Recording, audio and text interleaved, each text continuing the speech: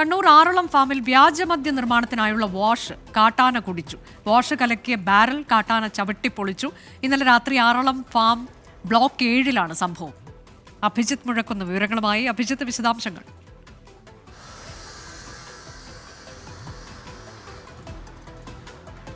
അനുജ, ഇന്നലെ രാത്രി നടന്ന സംഭവമാണിത്. ആറളം ഫാം 7-ാം ബ്ലോക്കിൽ ചാരായ നിർമ്മാണത്തിനായി വാഷ് കലക്കി വെച്ചിരുന്നു.